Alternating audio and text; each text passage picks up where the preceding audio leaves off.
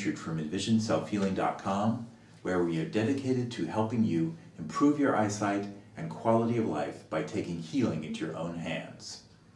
This is part 2 of a 4-part series that I call Eye Exercises for a Busy Life. As I said in the first part, I have a very busy life. I'm buying a house, I'm starting a business, I'm moving, I'm traveling to Brazil, lots of things right now. So I thought it'd be a good time to sort of analyze what I'm doing to deal with all of those issues. And I started out in the first blog by looking at all of my vision problems, my vision conditions, and I did it anatomically, starting from the front of the eye and working my way towards the back. So now I'm going to take each issue, each condition separately and tell you how I'm doing it within my busy life. So we started with the front part of the eye, the eyelids. And my issue, my condition, let's call it, I suppose, is staring. Because of my optic atrophy, I tend to stare more. Many people with vision problems, conditions, stare a lot. It's a way of compensating in some ways for poor vision. So for me, I need to stop staring so much because it's bad for the health of the eye. The more you blink and the more naturally you blink, the better it is for the health of your eye. So for me, I do an exercise called rapid blinking.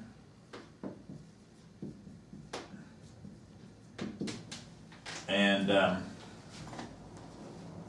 do it in 2 ways. I do it as part of my meditation. Let me get a blue pen. That'll work better. There we go. I do it as part of my meditation. So I do a walking meditation and I do rapid blinking with it. And I do it when I'm walking down the street. So let's call that integrated. Integrated with walking. So I will just walk down the street blinking rapidly. It's a little funny, but nobody seems to notice that much. And it gets my rapid blinking done. Doing it in combination with my walking meditation also gets it done. So if I have a busy life, I want to meditate as well. So now I've integrated this issue, staring issue, into my meditation and into walking down the street. So in some ways, I've just eliminated this as an exercise that takes extra time in my life. So, 1 down. Moving along, now we have color blindness. Yes, this is the green one. Okay, eye muscle stiffness. I do a simple eye rotation sequence that we have an exercise on our website for. And I do this after brushing my teeth.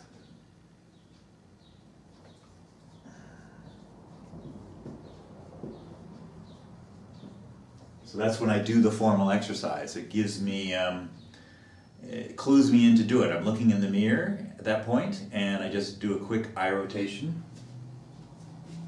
And I do it, again, in transit, on buses, things like that. Another funny thing that people could catch me doing, but they don't seem to care. So one of these is sort of more of a formal exercise, the other one's more integrated in terms of in the flow of my life. So this one doesn't take any extra time. This one takes a little extra time, so so far, maybe I've added this part to my busy life at this point, maybe blinking after I brush my teeth. So it's maybe taking rotating my eyes after I brush my teeth. So maybe that's adding another 2 or 3 minutes to my day, but not so bad so far. Now we're going to deal with the eyeball. And I'm dealing with astigmatism and myopia. So let's start with myopia actually first. So, in order to deal with my myopia, I have to do distance looking. Can't believe a colorblind person is doing this in color. All right, distance looking. So the only way to really do distance looking is to look in the distance. You can integrate it in with if you are running or something like that, but I don't do those kinds of activities. What I tend to do is do it, while I'm eating breakfast or after I'm eating breakfast. And I have a deck right now where I can look out into the distance. So I'll just put, the way I do it is at breakfast.